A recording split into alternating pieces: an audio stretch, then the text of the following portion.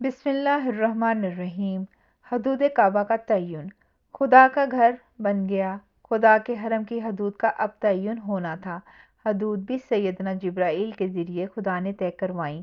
جبرائیل امین سیدنا ابراہیم کو کعبہ کے گردا گرد لیے پھرے یا کسی اونچے پہاڑ پہ کھڑے ہو کے چاروں طرف کی جگہیں دکھا دکھا کے نشاندہی کرائی ہوگی۔ بہرحال نشاندہی ہوئی۔ شاید اس سمے کسی کو اندازہ نہ ہوا ہو۔ مشرقی حد پہ مینا اور عرفات سے ہوتی ہوئی خانوادہ ابراہیم کی کہانی تو بن گئی۔ باقی حدوں کی کیا کہانی ہے؟ وہ بہت بڑا کہانی کار ہے۔ ایسا کوئی کام نہیں کرتا جس میں کوئی کہانی نہ ہو۔ مشرق کے الٹ خانہ کعبہ کی مغربی حد دیکھ لیں، الحدیبیہ۔ جبرائیل امین جب سیدنا ابراہیم کو مغربی حد کا وہ کنواں دکھا رہے تھے یا اس کنویں کی جگہ جس کا نام حدیبیہ ہونا تھا وہاں سبز پاک تھا۔ فاصلہ اس کا بھی حرم سے اتنا ہی جتنا مشرقی حد عرفات کا، یعنی 22 کلومیٹر پہلے مشرقی حد دکھائی پھر مغربی حد۔ اس وقت تو وہاں کچھ نہیں تھا۔ 2000 سال بعد وہاں رسول آخر صلی اللہ علیہ وآلہ وسلم کے ہاتھ پہ ان کے 1400 وفاداروں نے جینے مرنے کا حلف دینا تھا۔ جب اس سمے آیا، حلف دیا گیا، مغربی حد کہاں سے طے ہوئی پتہ چلا۔ حدیبیہ پہ جگہ پہلے طے ہو گئی، واقعہ بعد میں ہوا۔ واقعہ بھی صلح اور آتشی کے عہد کا۔ حرم کی جنوبی حد کا تعین دیکھ لیں۔ خانہ کعبہ کے جنوب میں رکن یمانی کی سیدھ میں 16 کلومیٹر کی دوری پہ ایک جھیل نما خشک مقام ہے اضافی لبن، قریب دہی جیسی رنگت کا پہاڑ۔ بعد میں قبیلہ خزاعہ وہاں آباد ہوا۔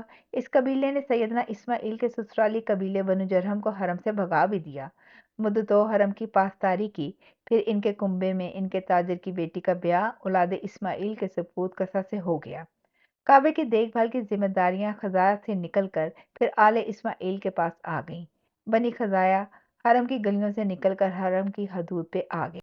2000 سال گزر گئے۔ نبی آخر صلی اللہ علیہ وآلہ وسلم کا زمانہ آ گیا۔ بنی خزاعہ رسول عربی صلی اللہ علیہ وآلہ وسلم کا حلیف بن گیا۔ جب انہیں ان کے دشمن بنو بکر قبیلے نے قریش کی مدد سے ان پر حملہ کیا تو ایک عجیب بڑا واقعہ ہو گیا۔ صلح حدیبیہ کی تنسیخ ہو گئی، صلح کا معاہدہ ٹوٹ گیا اور یہی بات فتح مکہ کی وجہ بنی۔ اب سمجھ آ رہی ہے، حدود اتفاقاً طے نہیں ہوئی تھیں۔ ان حدود میں حرم کی ساری داستان چھپی ہوئی ہے، گزری بھی گزرنے والی بھی۔ کعبے سے 7.5 کلومیٹر دور جہاں آج کل مسجد عائشہ ہے وہ تو نظر آتی ہے، مگر اس کے ساتھ ہی کسی احاطے میں کہیں ایک ایسا مقام ہے جو نہ کبھی خدا بھلا سکتا ہے نہ خدا کا رسول آخر صلی اللہ علیہ وآلہ وسلم۔ یہ حضرت خبیب اور سیدنا زید بن دسنہ کی شہادت کی جگہ ہے۔ وہ پڑھے لکھے عاشق رسول صلی اللہ علیہ وآلہ وسلم مگر غریب مسلمان تھے۔ کچھ کافر انہیں دھوکے سے پکڑ لائے، مکہ میں فروخت کر دیا۔ خریدنے والوں نے بدر کی جنگ میں ان کے ہاتھوں مرنے والے باپ چچا کا بدلہ لینے کے لیے انہیں پھانسی پر لٹکا دیا۔ ایک کو تلوار سے مارا، دوسرے کو پھانسی پہ چڑھایا۔ پھانسی کا پھندا ابھی گرا نہیں تھا کہ اس عہد کے مشرکوں کے سردار ابو سفیان ہاتھ کا اشارہ کرتے ہوئے آگے آیا اور خبیب اور زید بن دسنہ سے پوچھنے لگا، تمہیں یہ خیال نہیں آتا کہ تم گلے میں رسی ڈال کے پھانسی کے انتظار میں لٹکنے کی بجائے مدینے میں وہاں ہوتے جہاں تمہارے رسول صلی اللہ علیہ وآلہ وسلم ہیں اور تمہاری جگہ یہ پھندا ان کی گردن میں ہوتا؟ نعوذ باللہ۔ خبیب اور زید نے ابو سفیان کی پوری بات خدا جانے سنی یا نہیں۔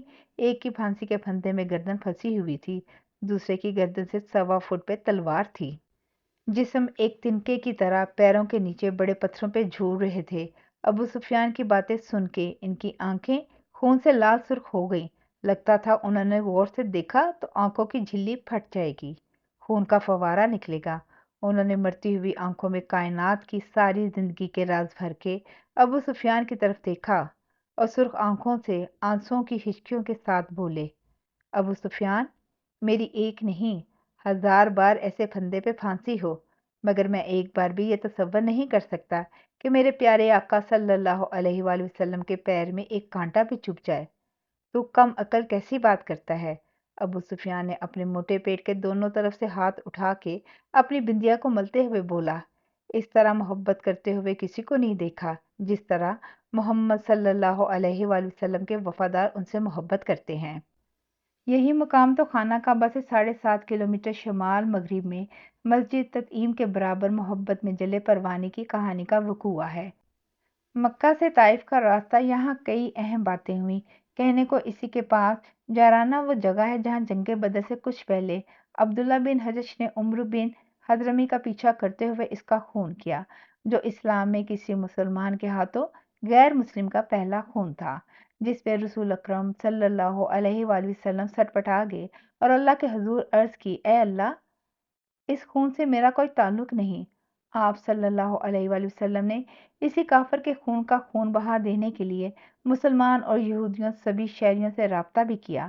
اللہ نے کلام اتارا، پریشان نہ ہوں، یہ بری بات صحیح، مگر جو لوگوں کو ان کے گھروں سے نکالتے ہیں اور مارتے ہیں وہ اس سے بھی بری حرکت ہے۔ یعنی جارانہ وہ جگہ ہے جو جنگ بدر کی وجہ بنی اور حرم سے 22 کلومیٹر کی دوری پہ ہٹ ٹھہرائی گئی۔ بات نخلا کی ہو رہی تھی، جو کعبہ سے 13 کلومیٹر شمال میں ہے، جہاں فتح مکہ کے بعد رسول آخر صلی اللہ علیہ وآلہ وسلم نے خالد بن ولید کو کچھ سوار دے کر کہا، جاؤ وادی میں بنے مندر میں رکھی ہوئی عزا کی مورتی کو توڑ آؤ، جسے کمکل مشرک اللہ کی بیٹی کہا کرتے تھے۔ خالد بن ولید کے مندر توڑ کر آ گئے۔ پوچھا، سرکار دو عالم صلی اللہ علیہ وآلہ وسلم نے عزا کو توڑا؟ خالد بن ولید بولے، جی سرکار، ہر چیز توڑ دی۔ سرکار دو عالم صلی اللہ علیہ وآلہ وسلم نے سر نفی میں گھمایا، فرمانے لگے، پھر جاؤ۔ خالد پھر گئے اور اس بار غصے میں ایسے توڑ پھوڑ کی کہ عزا کی مورتی ریزہ ریزہ ہو گئی۔ پھر اس مورتی کے اندر ایک دھماکہ ہوا اور کالے سیاہ دھوئیں کے مرغولے میں ایک سیاہ فام بے ہنگم ڈراؤنے چہرے والی چڑیل اپنے بال کھولے چیخے مارتی ہوئی نکل کے آگے بھاگی اور خالد بن ولید کی ضرب سے کٹ کے گری اور ختم ہو گئی۔ یہ سب واقعے تو ہوئے، مگر نخلا حرم کعبہ کی حد بننے کی یہ وجہ محسوس ہوتی ہے کہ وادی نخلا وہ جگہ ہے جہاں خون سے لت پت پاؤں لے کر سرکار دو عالم صلی اللہ علیہ وآلہ وسلم طائف سے اترے تھے، اپنے آزاد کیے ہوئے غلام سیدنا زید کے ساتھ اس ٹھنڈے پہاڑی شہر میں گئے تھے، 80 کلومیٹر کا فاصلہ پیدل طے کر کے۔ مکہ میں قبیلے کا سرپرستی دینے والا چچا سیدنا ابو طالب اور غمگسار بیوی خدیجہ کا انتقال ہو گیا تھا۔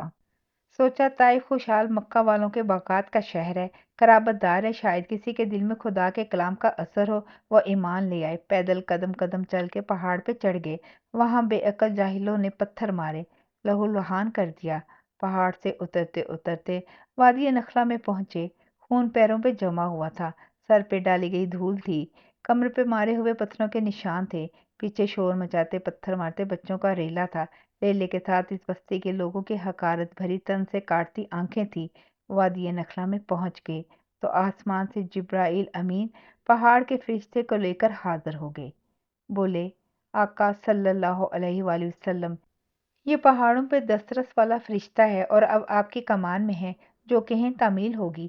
پہاڑوں کے کماندار فرشتے نے بڑھ کے سوال کیا اور کہنے لگا، پہاڑوں پہ آپ کی شان مبارک پہ جو گستاخیاں ہوئیں وہ سب خدا نے دیکھیں، اس لیے مجھے بھیجا گیا ہے۔ اگر آپ چاہیں تو میں ابھی ان پہاڑوں کو توڑ کے ان لوگوں پہ گرا دوں جنہوں نے آپ کو زخم دیے۔